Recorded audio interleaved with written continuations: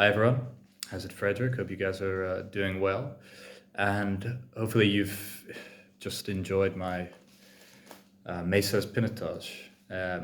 I've got a glass here, also enjoying it too.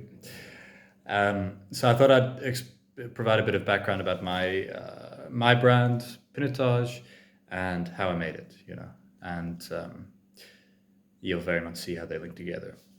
So, I focus for my wines specifically on South African wine heritage. So, I really find excitement in regions across the world where they're producing wines that you won't find anywhere else. And of course, you'll find Cab and Syrah, Chardonnay expressions from places that only taste like that in those places. But it definitely takes it to another level when you can have grape varieties that are, so linked to a place, whether they're indigenous or not. So for South Africa, for my brand, for the white wines, it's very much about Chenin Blanc, for many reasons. And then in the red wines, Pinotage.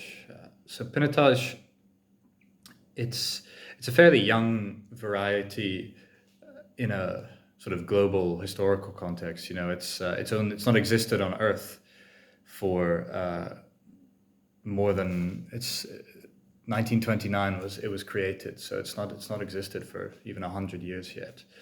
And even in a South African context, although we are a New World country, wine country, Chenin Blanc, Palomino, Muscat, Pontac, these grapes have been with the South African wine scene as long as it's existed, over 350 years. So they've got quite a strong track record here. Whereas Pinotage is quite a newcomer, and I think for that reason, there's a lot of contention as to what it is, what it's meant to be. Is it good? Is it bad? Because we've had a fairly checkered past, and both sociopolitically and in the wine side, we talk about the sort of murky era of the 60s, 70s, even early 80s, where winemaking was very haphazard in South Africa. Labels didn't really actually describe what was in the wine. You could put Cabernet Sauvignon on a label and it basically didn't even have to have Cabernet Sauvignon in it. All the records were sort of lost to time, and a great deal of the winemakers have passed away. So and those some of the wines from that era, famously, for instance, the Lanzerac Pinotages, aged fantastically well. We don't really know enough about them to be able to replicate them and sort of say what it was that made them so good. We can only appreciate them, which is sort of quite bittersweet in its own way. But then sort of rolled around the late 80s, the 90s, the 2000s, the sort of Parker era, and we got our big, intense Pinotages, Pinotages that were trying to compete with, the award-winning Shirazes from Australia and Cabernets from California and Bordeaux, etc.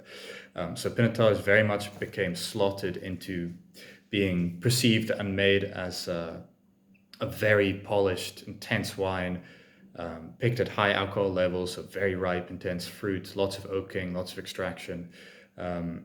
So very much of a fit, and it was not really seen to be worth exploring other ways. Of course, all of that's now changed. So Pinotage, having had a short history, has really not been experimented with that much.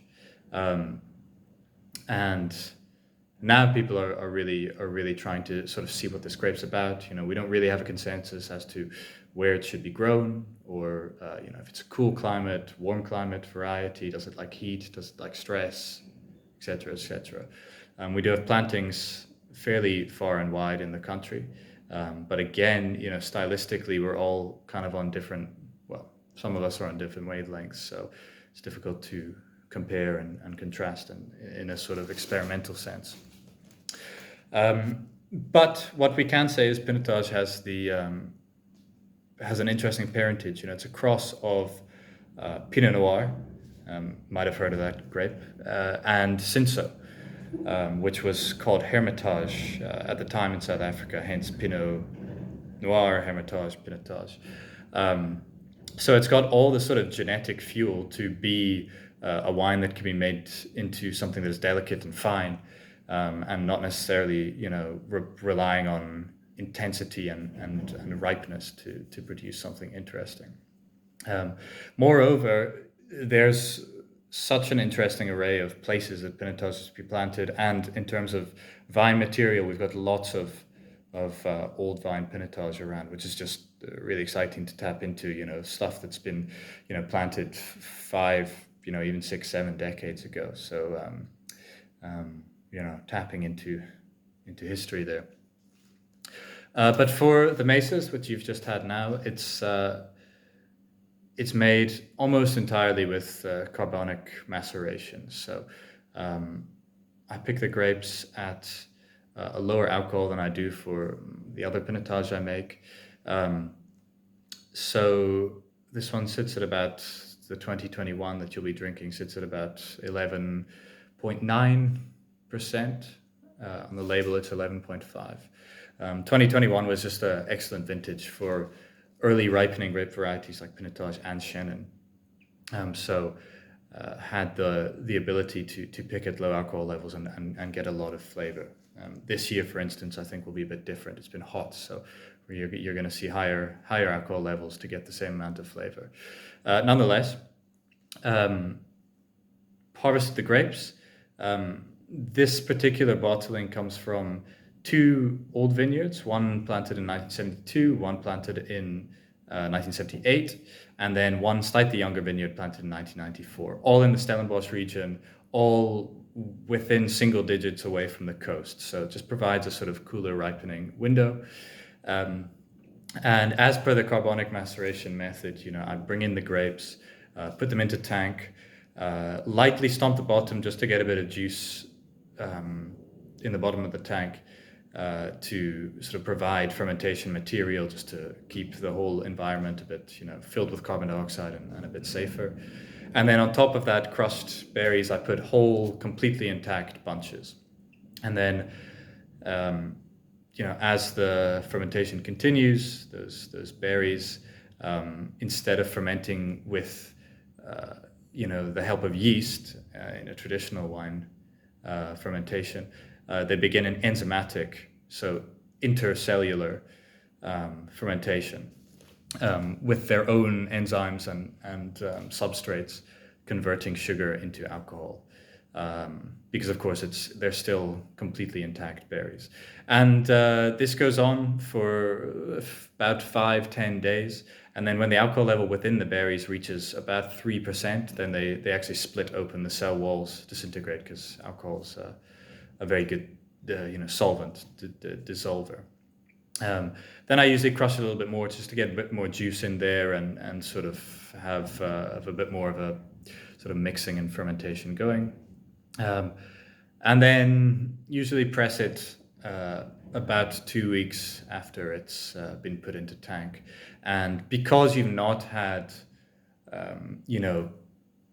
grapes macerating in, a soup essentially of wine, you've had this intact berry, you don't get much extraction, so you get a very light sort of juicy character, just like they do in Beaujolais, to produce anything from a Beaujolais Nouveau down to some of their most serious wines.